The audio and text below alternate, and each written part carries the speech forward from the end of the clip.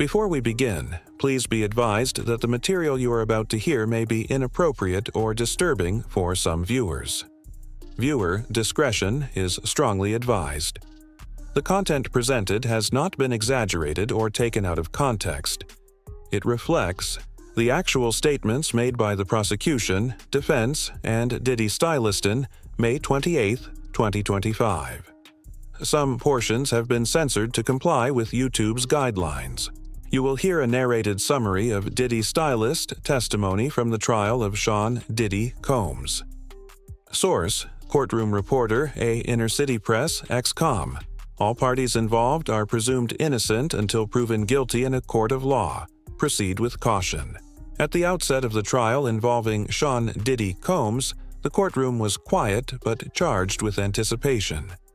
Before any official testimony began, the court issued a clear and serious warning to everyone present and to those following the case via official recordings. The audience was told to use discretion, as the content would be sensitive in nature. The judge emphasized that none of what was to be presented had been altered or dramatized. It would all come directly from statements made by law enforcement officers and witnesses under oath. Importantly, all individuals mentioned in the proceedings were to be presumed innocent unless proven otherwise. The first witness called by the prosecution was LAPD officer Christopher Ignacio. His testimony took the court back to a winter morning in December 2011. Officer Ignacio explained that he was working a 12-hour patrol shift that day, from 6 a.m. to 6:00 p.m. in a marked police vehicle. Around 8 a.m., he and his partner received a Code 3 call, meaning it was an emergency requiring immediate response with lights and sirens. The destination: 8925 Hollywood Hills Road, an upscale address in a quiet, dead-end neighborhood, known for its privacy and exclusivity. Upon arrival at the property, the officers saw a black Escalade leaving the scene. Something about the vehicle's sudden departure struck Officer Ignacio as suspicious, so he quickly memorized the license plate. Although the timing and behavior of the vehicle raised concerns, no specific crime had been identified at that point, which meant they could not legally pursue it. The front door of the residence was unlocked. Officer Ignacio and his partner entered and found a scene that was unusual, though not immediately criminal. Inside were high-end designer items, watches, luxury handbags, some still in their original packaging, others opened. There was no damage to the property, no signs of forced entry, and nothing that immediately indicated theft or vandalism. It looked more like someone had been inside without permission than like a burglary had taken place. Two detectives arrived shortly after to assist with the situation. As the officers were exiting the property, they saw the same black Escalade once again, this time driving slowly down the hill. Still, with no formal complaint or evidence of wrongdoing, they had no grounds to stop the vehicle. Soon after, another man, later identified as Mr. Scott Muscati, arrived at the scene in a Porsche. Officer Ignacio ran the Escalade's license plate, and it came back registered to Bad Boy Records, the entertainment company owned by Mr. Combs. This detail added a layer of interest to the case, though it still wasn't enough to elevate the situation beyond a possible trespass. Under questioning by the defense, Officer Ignacio was asked about several inconsistencies and decisions made at the time. The defense pressed him on why the Escalade wasn't followed, why the Porsche wasn't searched, and whether the scene truly suggested illegal activity. The officer repeated that while the situation was strange, there was no report of missing property or visible damage, and without that, it couldn't be classified as a crime. When asked about cameras or surveillance, he said he remembered seeing some, but they weren't reviewed at the time. The defense also brought up the lack of urgency, pointing out that the officer didn't put out a broadcast alert for the Escalade, didn't collect certain evidence, and didn't treat the house as a secured crime scene. Officer Ignacio acknowledged these points but stood by his actions, saying that at the time it was treated as a possible trespass and nothing more. This calm and detailed testimony from Officer Ignacio may have seemed procedural, but it established a few key things. a connection to bad boy records, unusual activity at a luxury property, and the presence of valuable items. It was a quiet but intentional start from the prosecution, who were clearly building a larger narrative. While no one had been hurt and no property had been reported stolen that day, this moment laid the foundation for more serious and personal allegations that would soon come forward in later testimony. As the trial continued into its emotional center, Deontay Nash's testimony became the focal point, offering the jury a vivid and disturbing account of the inner workings of Diddy's private life, accounts that went far beyond public perception. What was unfolding was not just about isolated incidents, but rather a pattern of coercion, emotional manipulation, and alleged violence that spanned several years. Nash detailed numerous episodes where Cassie appeared to live under constant surveillance and control. He recalled that she often wasn't allowed to go out without permission, and that when she did, Diddy would immediately find out, sometimes by calling her directly, other times by sending people after her. One such occasion occurred when she went to a club with Nash and friends. Diddy allegedly called and demanded she return immediately, prompting her to pack her things and leave in fear. There was also testimony about Diddy showing up unannounced, intimidating others, and making veiled or explicit threats. Nash told the court about a time when Puff came to his home looking for Cassie, even going so far as to search his oven, which left everyone confused and frightened. According to Nash, Diddy then confiscated his phone, using it to track down Cassie's location. This led to a situation at a hotel, where Nash and Diddy's staff confronted her. Cassie, visibly shaken, reportedly said she would rather jump off the balcony than go with them. Nash testified that Diddy often used the threat of releasing private videos to manipulate Cassie. He said Diddy would threaten to send those recordings to her family's workplaces, which would have devastating personal and professional consequences. Nash stated clearly that Cassie had not consented to be recorded in those situations, especially with other individuals involved, and that the pressure she was under was immense. She reportedly told Nash she didn't want to take part in those encounters at all. In addition, Nash testified about substance use, alleging that Cassie had been under the influence of drugs like ecstasy, MDMA, and others during some of these encounters. He noted that on at least one occasion, Diddy said Cassie had been asleep for nearly 24 hours after what appeared to be a long and intense night. Nash said he had to help wake her up before being pressured by Diddy to bring her back to his room. He also spoke of being assaulted himself. At a music video shoot, Nash said he was outside smoking when Diddy came up, grabbed him, slammed him against a car, and began choking him while accusing him of going out too much.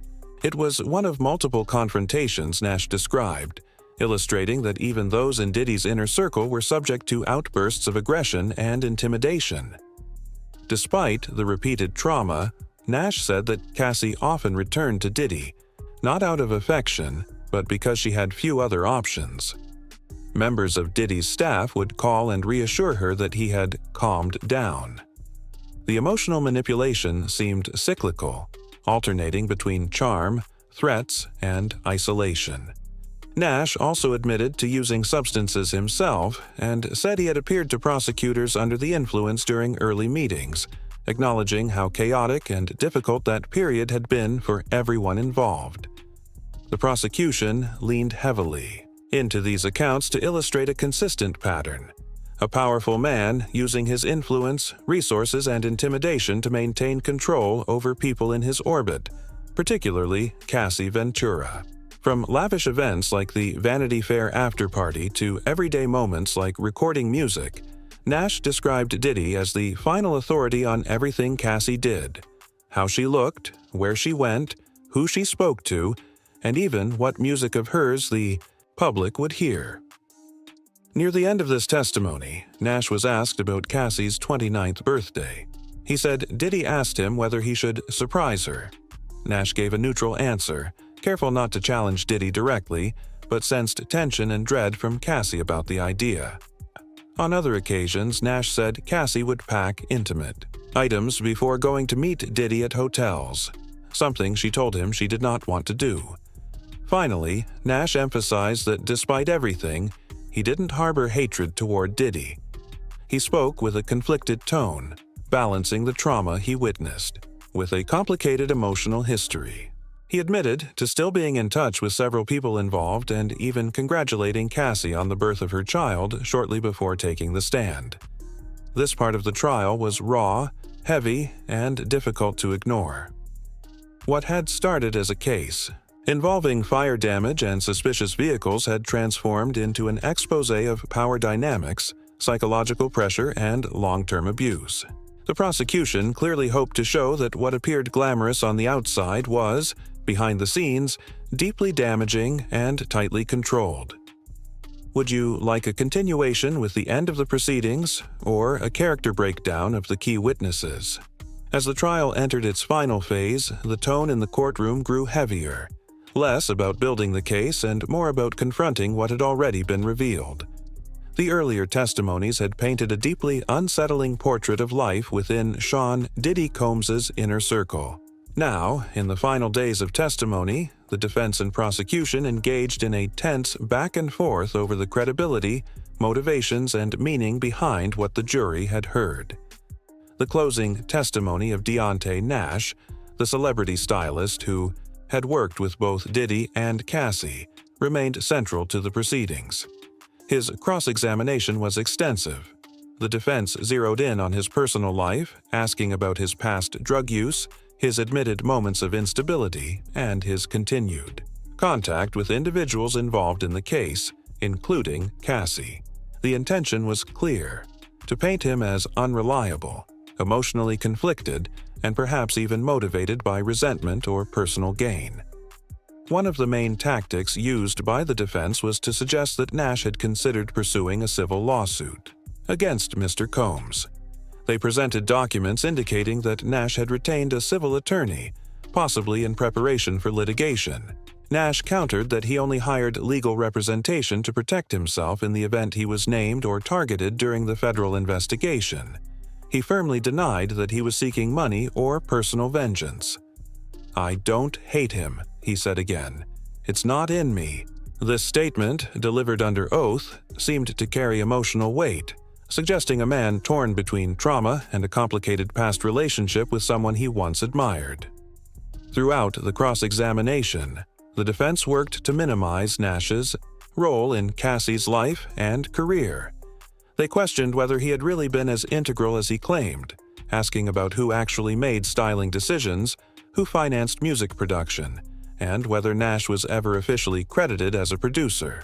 While Nash conceded he was not credited on Cassie's mixtape, he maintained he was deeply involved and said his influence had been intentionally buried or ignored within the business. The prosecution responded by recentering the focus on Nash's lived experience. Not his job title, but what he saw, heard, and endured during his time with Cassie and Diddy. They pointed out that Nash's testimony had been consistent, describing a pattern of coercive control, verbal degradation, physical assaults, and emotional breakdowns, all of which painted a troubling picture of an artist who appeared to be trapped, isolated, and manipulated by someone in a position of immense power. Nash was again asked to confirm specific incidents, moments when Cassie had been hit, threatened, dragged, or intimidated. He described how he and another assistant, Mia, had tried to intervene during one violent episode, only to be physically thrown off by Mr. Combs. He recounted how Cassie, shaken and injured, was told afterward, "Look what y'all made me do." These moments were hard to listen to, and the courtroom was notably silent as they were recounted. In the final stage of questioning, Nash also spoke to the emotional toll these experiences had taken, not just on Cassie, but on himself. He admitted to being afraid, both then and now, and confessed that he had at times kept quiet out of fear of retaliation. He said that even when Cassie would escape, often by going to hotels or friends' homes, someone from Diddy's circle would eventually find her. There was a sense, Nash said, that there was nowhere to hide. Following Nash's testimony, the court addressed several procedural matters. Most notably, the judge revisited the controversy around the fingerprint cards that had been destroyed by someone in the LAPD in 2012. Though the defense had earlier requested a mistrial based on this revelation, the judge had denied it, and now instructed the jury to disregard that portion of the testimony entirely. The judge emphasized that only answers, not the questions posed by attorneys, were considered evidence, and that the issue of the destroyed cards was irrelevant to the central matters of the case. With testimonies concluded, the judge turned to the jury with instructions on how to interpret the case. Jurors were reminded that while the trial had involved public figures and emotional stories, their responsibility was to weigh the facts and sworn testimonies, not media narratives or personal bias. Both sides were given the opportunity to present closing statements which summarized their positions and attempted to shape how the jury would interpret what they had heard. The prosecution's closing argument focused on establishing a pattern of abuse, intimidation, and manipulation. They portrayed Mr. Combs as someone who, despite his public success, created a deeply unsafe environment for those closest to him. They argued that the testimonies, particularly from Nash, revealed more than isolated incidents. Instead, they suggested a long-term pattern of psychological control, in which Cassie and others were afraid to speak out. The defense, in contrast, urged the jury to consider the motivations behind the testimonies. They questioned the reliability of memory over time, the emotional states of witnesses, and the possible personal, legal, or financial motivations that might lead someone to exaggerate or misrepresent events. They reminded the jury that no formal charges had been brought in many of these incidents, and that in some cases, evidence was circumstantial or anecdotal. As the court prepared to adjourn for deliberations, the judge thanked the jurors for their service, acknowledging the emotional intensity of the case. They were advised to set aside public perception, personal feelings, and social media discourse, and to focus strictly on the law and the evidence presented in court. Though the trial itself was ending, the impact of the testimonies, particularly those that revealed the private reality behind the public persona of a global figure, was profound. Regardless of the verdict or future legal action, the trial had already exposed a world of power, silence, fear, and trauma that many had never seen so clearly before.